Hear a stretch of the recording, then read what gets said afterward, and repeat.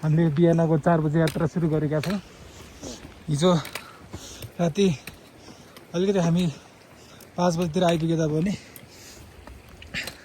सास फेर्न अलिक गाह्रो भएकोले अलिक थकित भएको महसुस गरेको हुनाले हामी चाहिँ केही पनि भिडियो बनाउन सकेनौँ, बनाएनौँ हामीले। अहिले चाहिँ हाम्रो एकजना साथी चाहिँ त्यहाँ पनि बस्यो, उसलाई अलिकति हाइ लागेको फिल भयो, गाह्रो भएको फिल भएको हुनाले उसलाई बेस क्याम्पमा राखेका छौँ।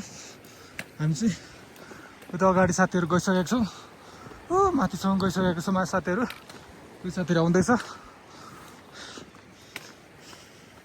यात्रा रमाइलो भइरहेछ तर गाह्रो भइरहेछ।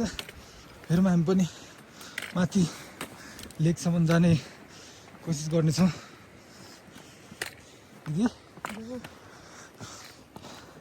ठिक छ नि? बिस्तारै जाने। राति निन्द्रा पनि खासै लागेन, 10-15 मिनट लाग्ने, फेरि बिउजिने, फेरि लाग्ने बिउजिने भयो।